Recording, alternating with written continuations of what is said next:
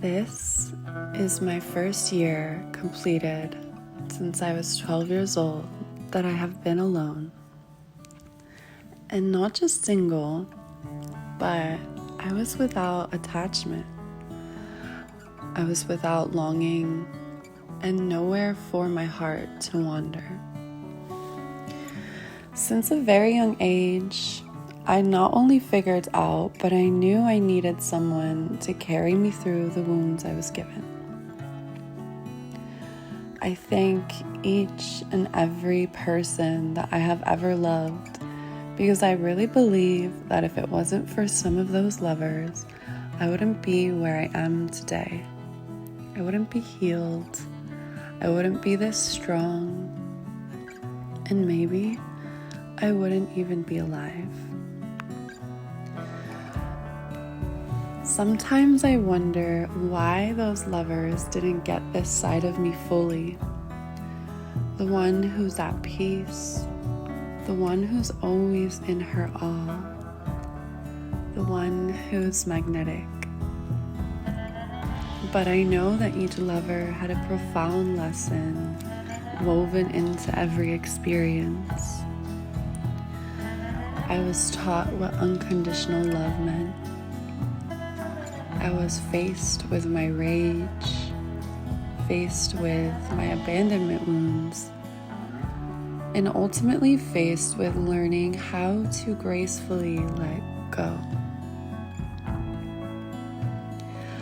I'm so deeply passionate about everyone that I've ever loved, as if they've all been part of the beautiful story in carrying me home. And although maybe some of those experiences were rash, I still find the beauty in each one. Sometimes I use the battle with myself as a reflection and projection onto others. But I can honestly say I no longer do that. And I no longer desire to. I'm not in battle with myself anymore, and I will never beg to be loved again.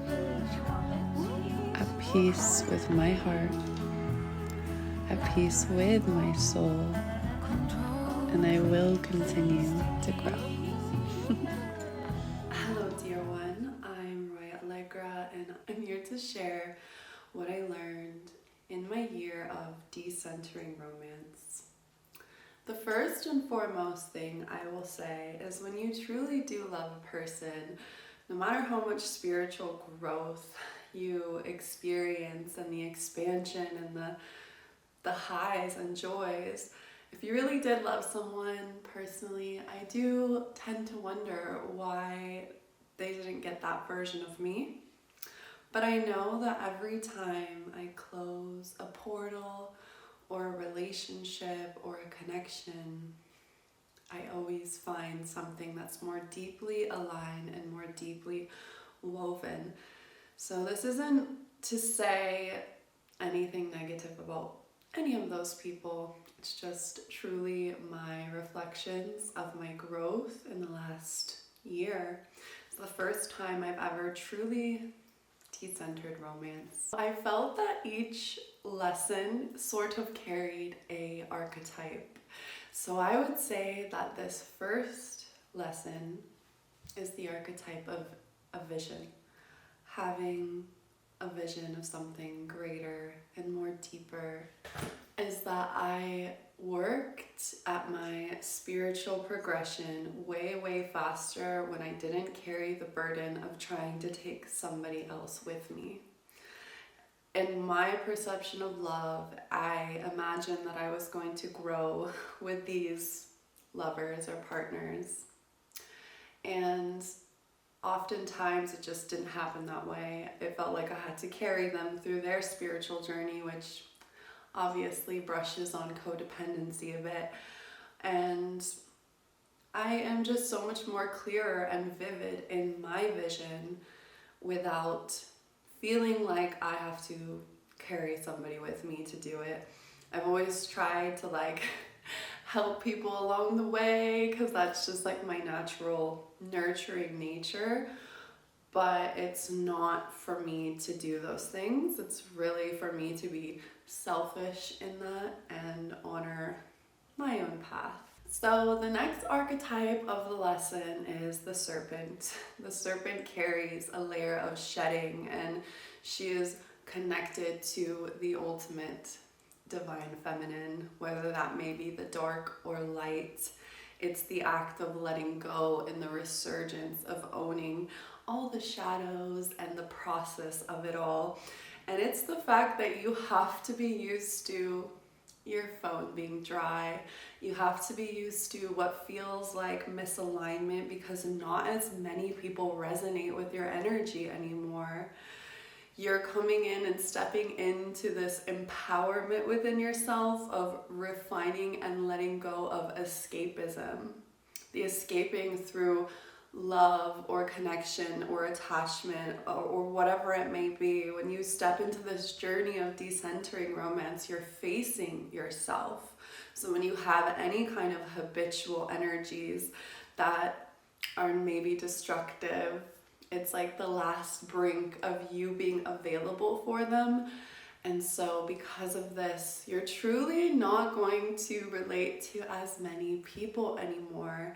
Your phone is going to be dry, but ultimately it is just a shedding into the depths of your own magnetism that's going to refine and naturally draw in the right opportunities, situations, and even community that are your soul people, that are your soul fragments of love and life and the way you truly want to live. You can feel lonely in this. You're allowed to feel lonely, but you have to truly not be defined by that loneliness.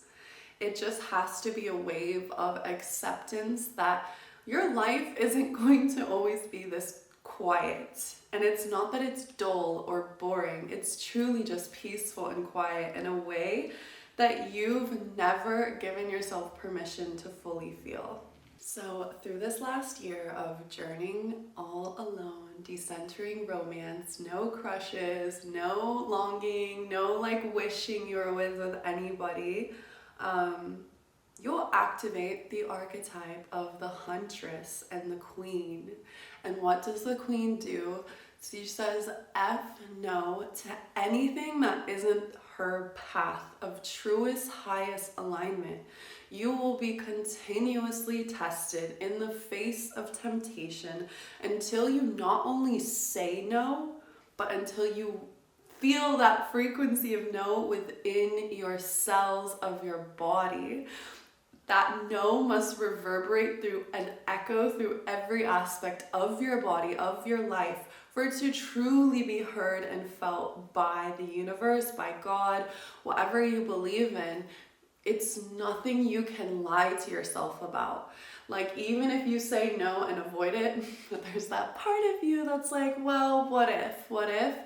Then baby, you are not going to excel as deeply as you can. You want to step through this portal of the quantum leap of it all, of the claiming of your resurgence, of your true authentic self. Then you gotta feel that effing no through every part of your being, my love.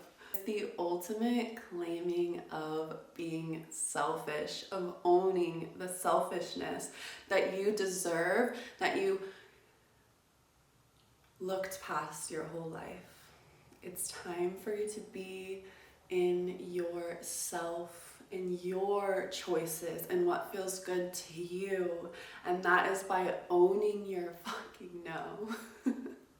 As you go through your no, obviously the next lesson is the archetype of what I believe is Isis, which I always have my little Isis carried with me.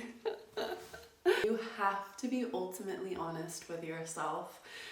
As I mentioned earlier, every fragment of your life is going to be at the face of your honesty in this time. You have to be honest in the roles you played, the levels of attachment that you coerced your own self and relied upon, and how those thought patterns must be replaced with creation. with your medicine of what you can offer, how you can be of service not only to yourself but to others around you, because you truly are a gift of the world, and you're just running in circles attaching onto anything that's going to allow you to avoid that truth. So no more scanning for the next crush, the next distraction. This is the honesty with yourself, and I chose the archetype of Isis because she is one tough bee.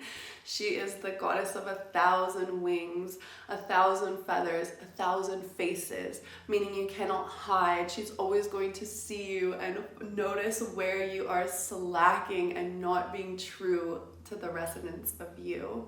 Now that you've claimed your peace, now that you know yourself a bit deeper, next comes the archetype of the crone.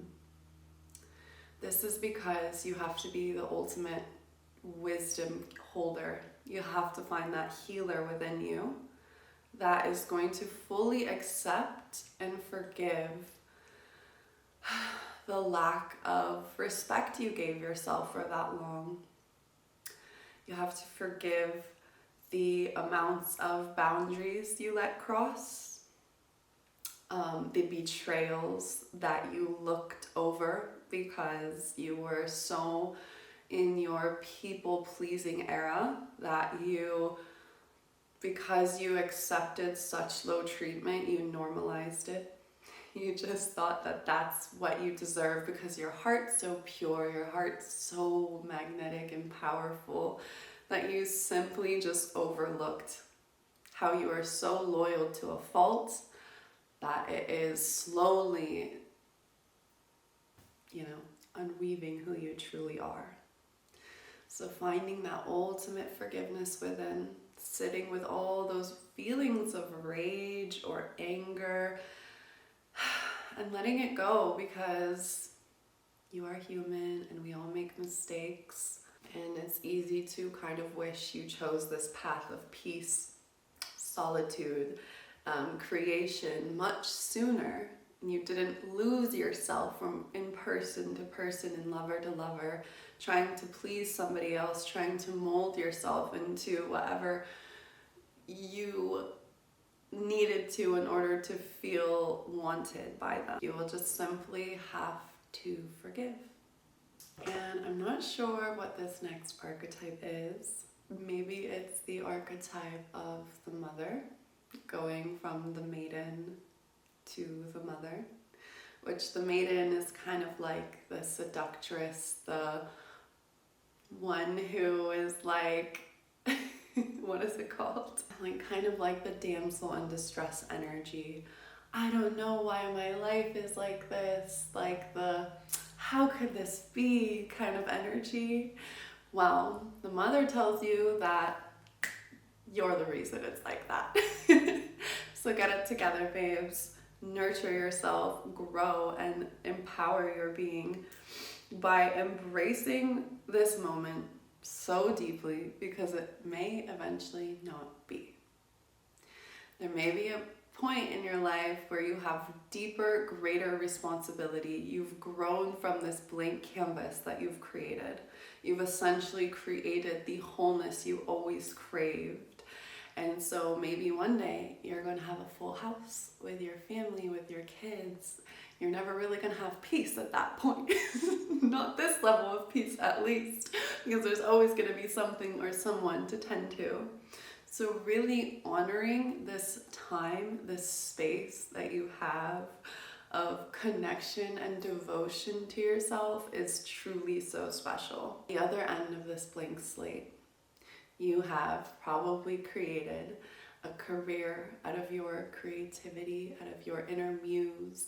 Your life will thoroughly be an extension of all the, I'm sure once you've received the piece of your blank canvas, you'll have every facet of your life reflect the artistry of your own inner muse and what you've created, how you've found the empowerment to step into your soul-led business, being of service to the world in a way that makes you feel just so good And that's why it's so important to honor the blank canvas, honor the blank slate, and be just like so grateful that you've made it out to where you are now, at the level of consciousness you are now. Like, I always feel such awe and gratitude. Like, I am so happy that this was my ground zero, so to speak. Walking away truly before you have wounds carved so deep that they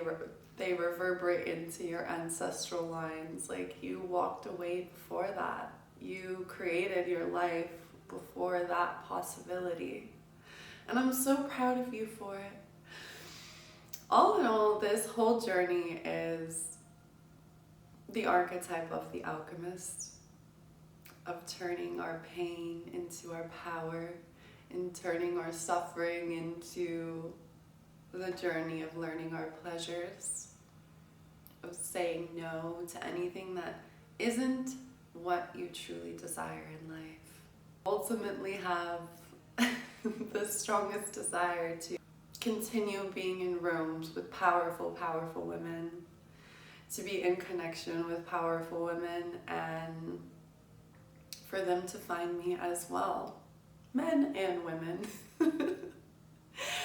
But if you've made it through this whole video, I encourage you to maybe journal about the different archetypes or the lessons and see where you're at, see where you'd like to go. And of course, there's no timeline for any of it. There's no order for any of it. It's just what resonates. Sending you all so, so much love. I admire you for being here and taking this journey and finding your true strength. You are the queen. You're oh so, so powerful, love. Mwah.